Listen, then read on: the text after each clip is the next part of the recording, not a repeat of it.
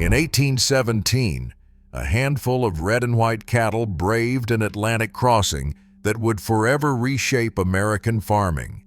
They outlasted drought, built fortunes, and became a national icon until secrets in their bloodlines nearly destroyed them. Today, their comeback challenges everything we thought we knew about the perfect beef cow. How did Herefords rise, fall, and rise again? The real story is stranger than their legend. In the heart of Herefordshire, England, the groundwork for a new kind of cattle began in 1742. Benjamin Tompkins, a farmer with an eye for efficiency, started keeping records on his herd. He bred a bull calf from a cow called Silver, pairing her with cows named Pigeon and Model. His goal was simple but ambitious: produce animals that could thrive on rough pasture, mature early, and yield more beef from less feed.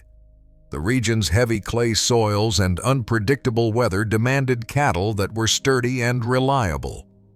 Over decades, local farmers selected for red bodies and white faces, traits that became the breed's signature by the turn of the 19th century.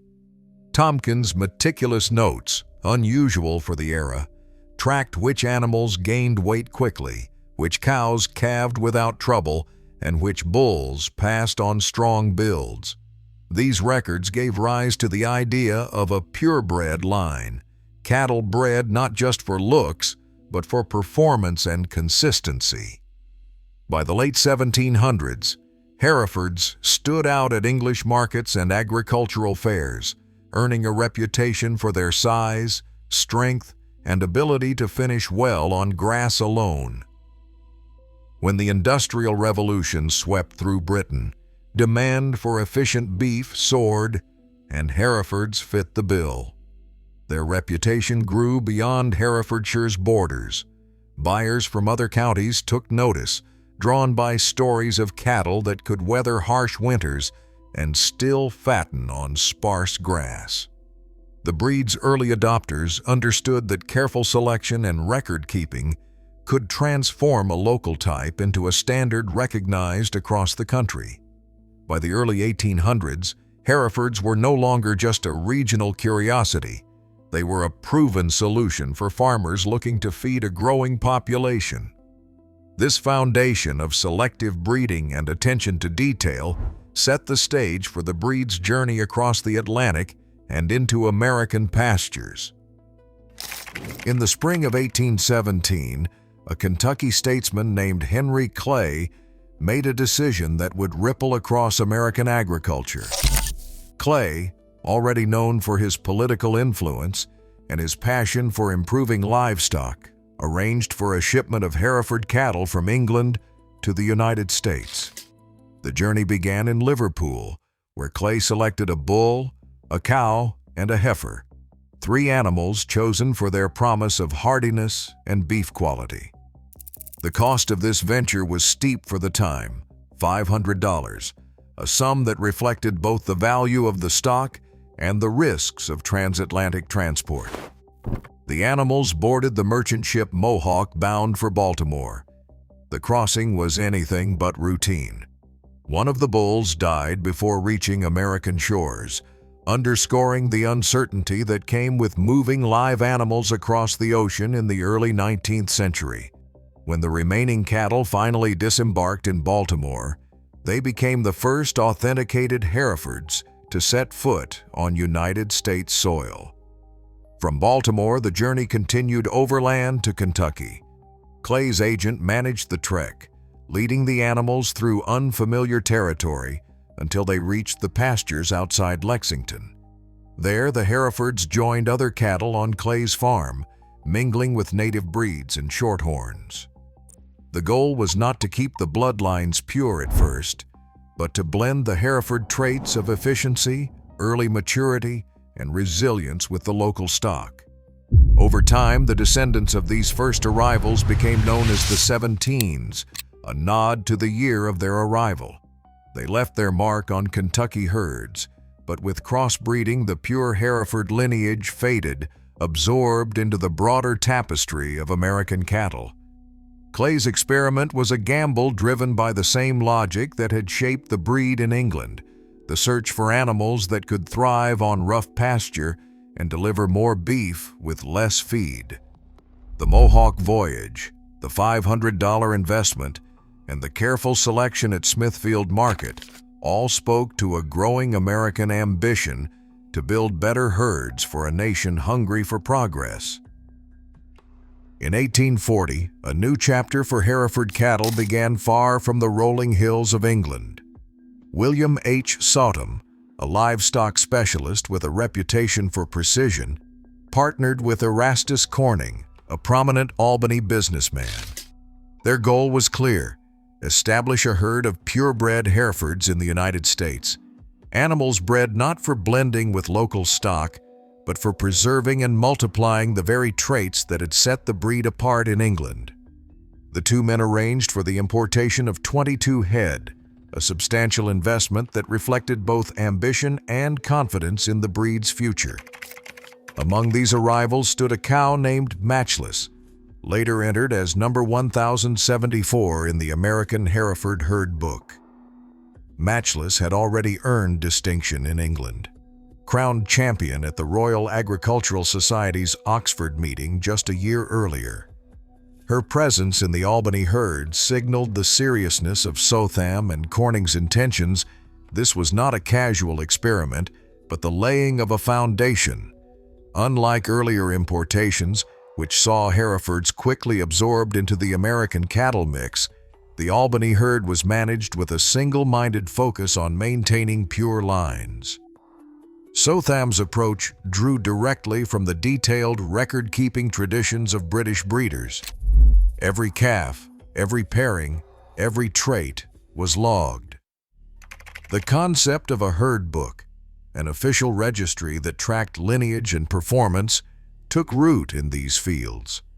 Over the next decades, the offspring of the Sawton and Corning herds spread from New York into the Northeast and beyond, carrying with them a genetic consistency that set them apart from crossbred cattle.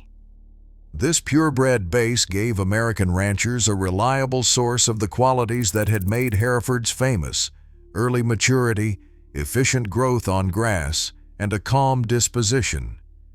The groundwork laid in Albany would support the breed's expansion as beef markets grew and the nation's appetite for quality cattle intensified.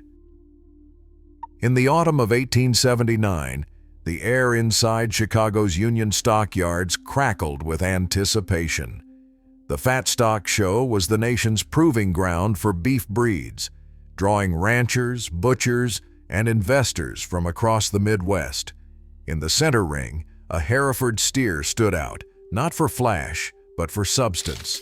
Judges moved in, hands pressed into the animal's thick hide, weighing muscle and bone with practiced eyes.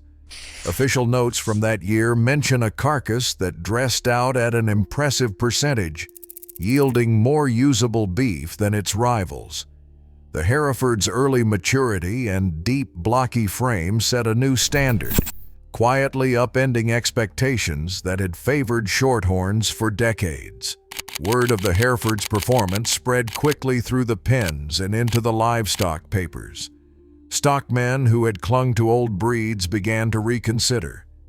The Hereford's ability to finish on grass, to fatten quickly without expensive grain, struck a chord with ranchers facing the realities of the open range. In the weeks after the show, orders for Hereford bulls surged. Cattle buyers traced bloodlines back to sires like Anxiety 4, whose descendants had proven their worth in the ring and on the rail. Suddenly, Herefords were not just a curiosity from the East. They were the breed everyone wanted for the new American beef industry. The Chicago victory did not just win a ribbon, it ignited a movement. Breeders scrambled to secure champion bloodlines, driving prices higher and fueling a westward rush. Trails from Missouri to Texas saw Hereford cattle pushed alongside Longhorns and Shorthorns, each mile a gamble that the new breed could survive and thrive. Reports from the time describe ranchers paying premiums for Hereford bulls, convinced that a single animal could reshape an entire herd's fortunes. Demand was so intense that by the early 1880s, Hereford registrations and shipments spiked, setting the breed on a path to dominate the open range.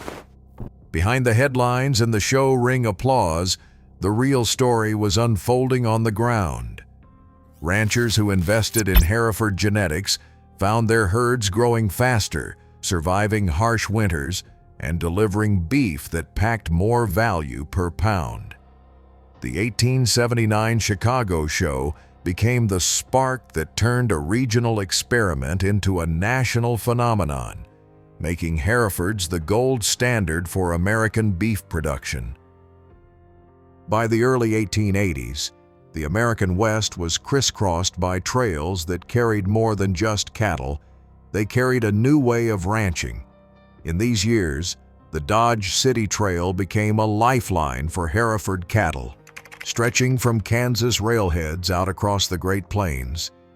Between 1882 and 1888, drovers moved thousands of Herefords along these dusty routes, driving herds through tall grass and over river crossings, always racing the seasons and the markets.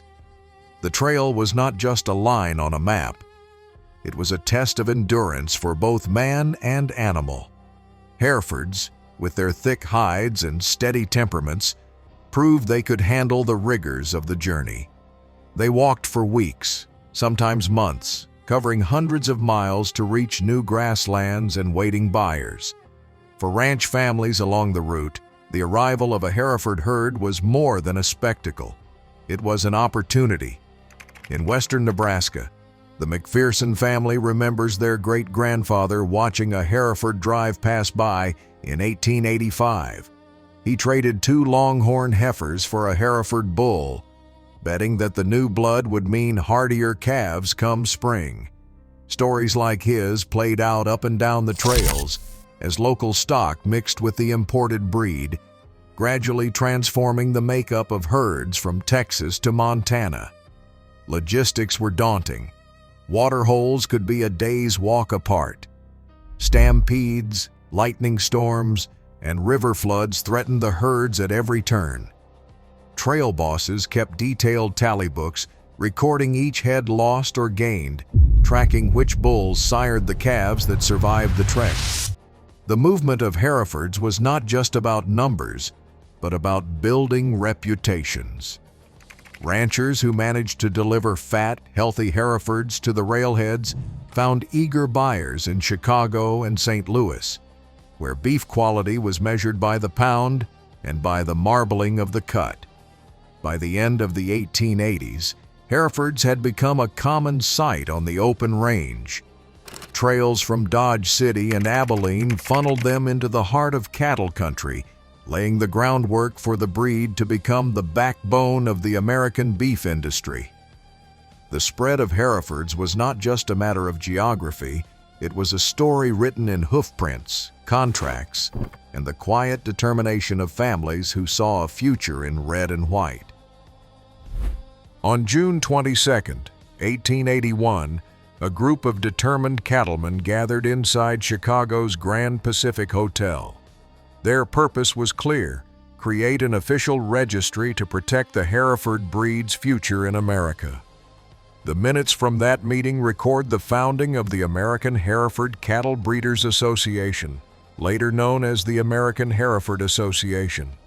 This registry, the first of its kind for beef cattle in the United States, gave breeders a way to track pedigrees, verify genetics, and set standards that would shape the industry for generations. Among the early signatories were names that still echo through breed history: Gudgel and Simpson of Missouri, whose importation of Anxiety 4 would become legendary, and other pioneers who had staked their livelihoods on the promise of red and white cattle. The creation of the registry did more than organize records. It gave Hereford breeders a unified voice at a time when the American beef market was expanding rapidly westward. With the association's backing, ranchers could prove the value of their herds, command better prices, and protect against the dilution of bloodlines that had threatened earlier importations. The herd book became a symbol of trust, listing every animal by number and name, each entry a link in a growing chain of reliability. By 1900, over 125,000 Herefords had been registered, a testament to the breed's explosive rise. But credentials alone did not guarantee survival on the open range. The winter from 1889 to 1890 brought one of the worst blizzards the Great Plains had ever seen. Temperatures plunged, snow piled up for weeks, and cattle scattered in the whiteout. When spring arrived and the drifts melted, the losses were staggering. Yet ranchers noticed a pattern on the wind-swept prairies. Herefords, with their thick hides and instinct to face into the storm, had survived in greater numbers than their rivals. Stories spread of herds that tailed into the blizzard, standing together and weathering the worst. In the aftermath, buyers began to ask for registered Herefords by name, seeing resilience not just as legend, but as recordable fact. The combination of official pedigree and proven hardiness locked in the breed's reputation. By the dawn of the 20th century, the American Hereford Association's registry stood as both a shield and a showcase. It assured buyers, rewarded careful breeders, and proved on paper and on the prairie that Herefords could meet the demands of a growing nation, no matter what the weather brought. Extension agents in the early 20th century noticed a pattern across ranches from Nebraska to Texas. Hereford cows needed less help at calving time. Records from county agents show Hereford herds logged fewer midnight calls for birthing trouble than the popular Shorthorn or Angus herds. This was not just luck. It was the result of generations selecting for cows that delivered calves quickly and quietly, even on rough ground. Ranchers counted on Hereford docility too. Calves nursed easily, and cows could be moved from one pasture to another without a rodeo. On grass alone, Herefords put on weight with remarkable efficiency. Extension bulletins from the 1950s compared feed bills and found that Hereford herds required less supplemental grain than most breeds. Their thick hides and steady temperament meant they could graze through winter storms or summer heat, needing fewer barn nights and less hands-on care. For ranchers managing cattle across hundreds of acres, this translated into real savings, both in labor and in feed costs. A Kansas state geneticist summarized that Herefords were valuable because they thrived on marginal grass and calved easily. That reputation for low-input production made them the backbone of range herds for decades, and it set up the next chapter, how these strengths shaped the kind of beef that ended up on American tables. On a steel table in a university lab, thick Hereford steaks are arranged for a chef's blind tasting. The panel is made up of professionals, chefs, butchers, and a meat scientist, each focused on the cut in front of them and unaware of breed or background. Knives slice through the beef with little resistance. The first impression is always texture. Hereford beef is firm but tender, with a clean bite and a subtle juiciness that lingers. The flavor is described as mild, slightly sweet, and unmistakably beefy, less buttery than Angus, with a leaner finish that leaves the palate refreshed instead of coated. Notes from the tasting mention an earthy undertone, a nod to the grass-based diets that shaped the breed's history. One chef points out a gentle minerality, while another highlights the absence of excess fat, calling it honest beef. Compared side by side, Hereford steaks lack the heavy marbling prized in premium Angus, but offer a satisfying depth that stands up well to grilling or roasting.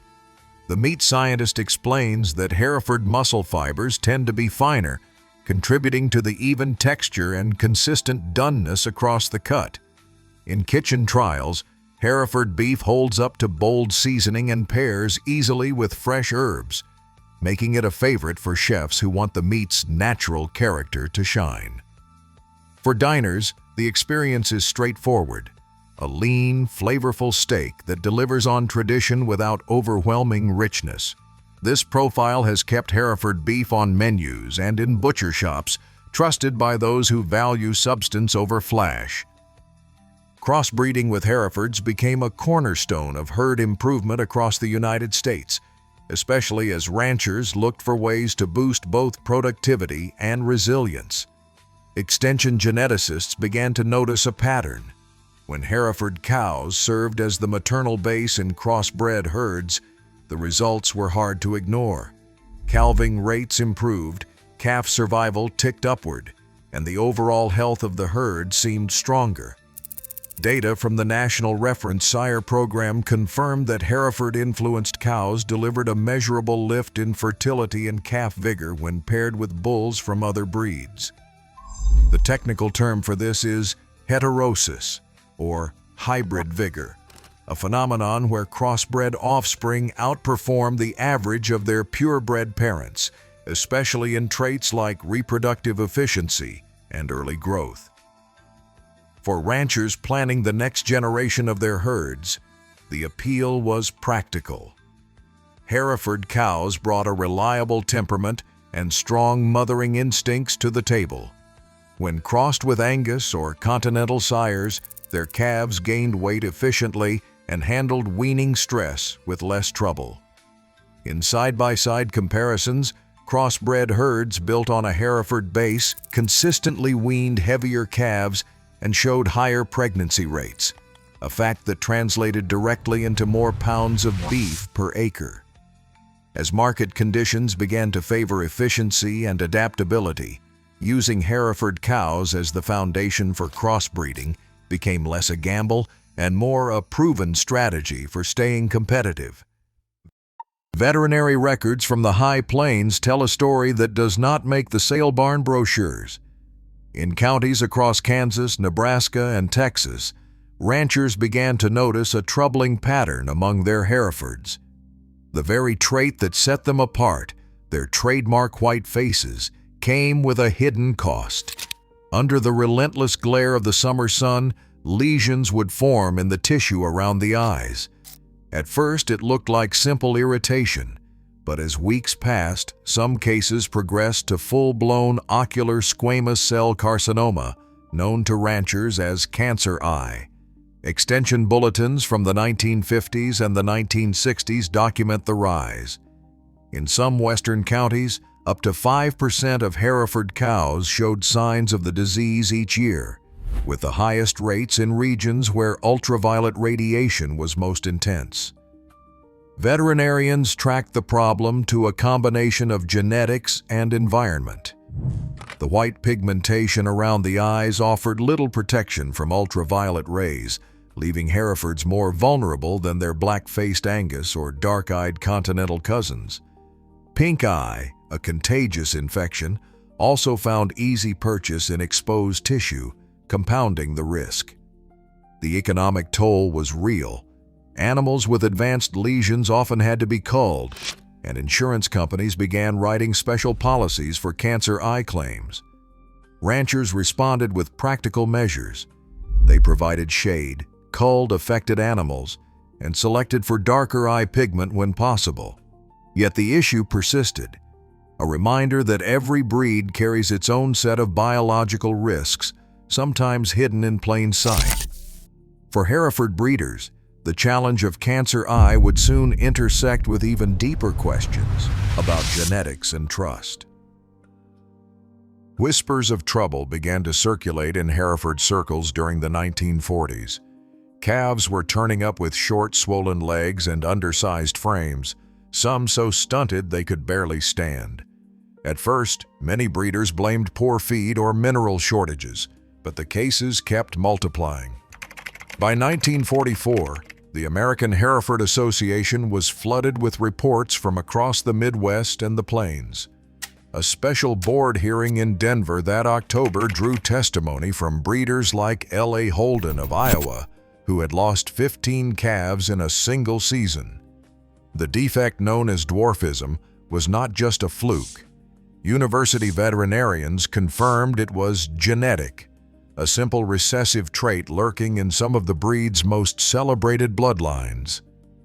The January 1945 annual meeting of the American Hereford Association in Kansas City turned tense as Dr. W. E. Carroll from the University of Missouri presented his findings. Dwarfs appear normal at birth but fail to grow. Autopsy shows shortened, long bones. The board created a dwarfism investigation committee, tasked with inspecting herds and reviewing pedigrees. By the end of that year, more than 200 cases had been officially reported, and the numbers kept climbing.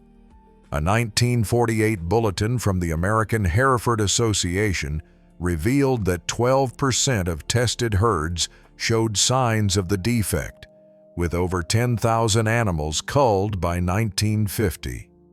Rumors spread that some breeders and even American Hereford Association officials were slow to act, worried about the impact on elite bloodlines and on the market.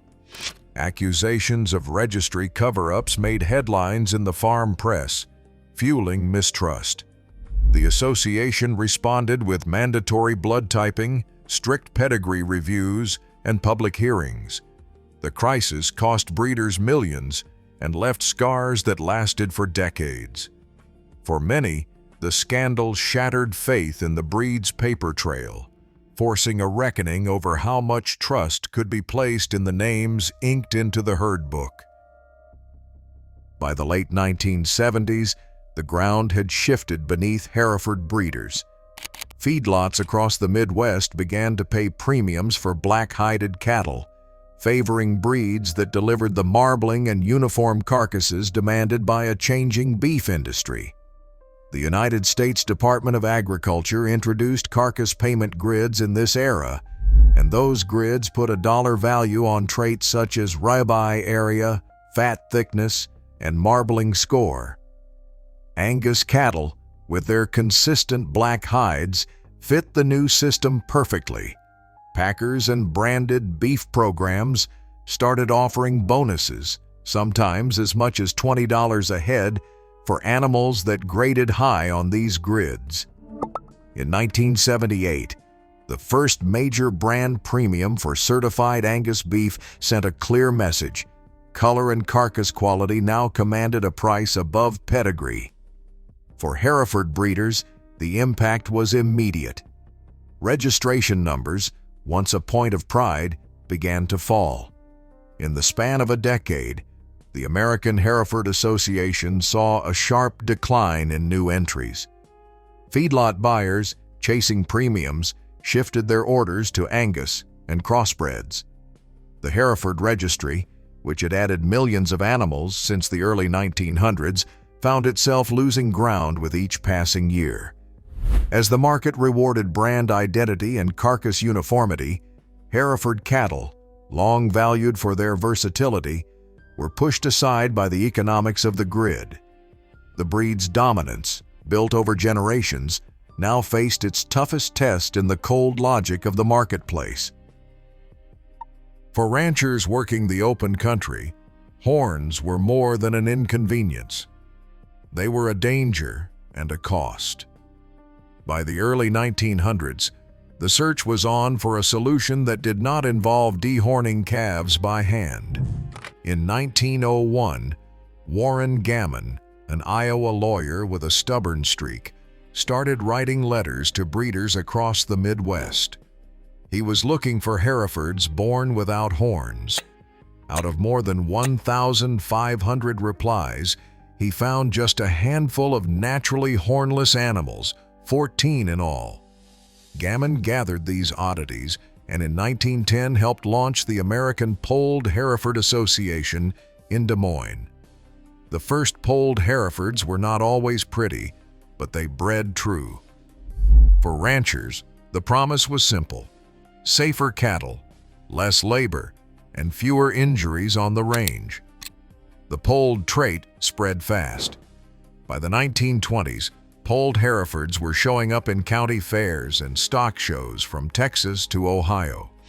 Their reputation grew as stories circulated about bulls that sired nothing but hornless calves. By 1952, the polled registry had logged over 1.5 million animals. The old rivalry between horned and polled breeders simmered for decades, with separate shows and even split university funding. But the practical advantages could not be ignored. In 1995, the two associations finally merged, uniting all Herefords under one banner. For many in the business, the arrival of polled genetics was the first real remedy to a problem as old as the breed itself. It was a fix born out of necessity, persistence, and a willingness to try something new. A new chapter began for Hereford breeders when geneticists introduced a tool based on genomics that could predict the future of a calf before it was even born. In the early 2000s, the American Hereford Association rolled out genomically enhanced expected progeny differences, EPDS. These numbers, calculated from DNA samples and performance records, gave ranchers a way to select bulls and cows, not just for what they looked like, but for how their offspring would grow, gain, and thrive. For decades, breeders relied on visual appraisal and pedigree charts, but DNA testing changed the game. Traits like growth rate, calving ease, and resistance to disease could now be measured at the genetic level. University labs, especially at Kansas State and Texas A&M, played a key role in validating these tools. By 2012, Hereford breeders could log into myherd.org and see genomic EPDS for every registered animal. This meant a rancher in western Nebraska could pick a bull with proven genetics for feed efficiency or maternal strength, stacking the odds for healthier, more profitable calves. Over time, the accuracy of selection improved, and the breed started to close the gap with Angus on carcass quality and market premiums. For many, the promise of genomics was not just better cattle, it was a way to keep the Hereford relevant in a market that demanded proof, not just tradition. In the mid-1990s, a new opportunity opened for Hereford ranchers who had stuck with low-input, grass-based systems while the rest of the industry chased feedlot premiums. When the American Hereford Association launched the certified Hereford beef brand in 1995, it gave producers a way to market beef raised on pasture with a focus on quality and traceability. For ranchers in the southern plains and the rolling hills of Georgia, this was more than a marketing tool. It was a lifeline. Cattle that thrived on fescue and Bermuda grass, needing little more than mineral and water, suddenly fit the growing demand for grass-fed and sustainably raised beef. The numbers tell the story. By the early 2000s, grass-fed beef sales in the United States topped $380 million, with Hereford herds claiming a solid share. Chefs in cities like Austin and Atlanta began asking for Hereford beef by name, drawn to its clean flavor and reliable tenderness. A southern rancher known for running cattle on nothing but native pasture started selling direct to restaurants, finding that chefs valued the breed's story as much as its eating quality. The appeal went beyond flavor. In regenerative grazing circles, Herefords became the go-to breed for rebuilding soil and keeping input costs low. Their calm nature made them easy to move between paddocks, and their ability to finish on grass meant less reliance on grain. In 2023, a Hereford bull brought a record price at auction, a sign that the breed's reputation for efficiency and adaptability had come full circle. For ranchers and chefs alike, Herefords once again offered a practical fit for markets that reward substance over hype. Today, Herefords account for millions of cattle across United States pastures, prized for their resilience and adaptability in a changing climate. As consumer demand shifts toward sustainable beef and genetic transparency, the breed's future is once again being written, this time in real time. The choices ranchers make now echo across dinner tables and decades. The story of Herefords isn't just history, it's tomorrow's food system in the making. What role will you play in it?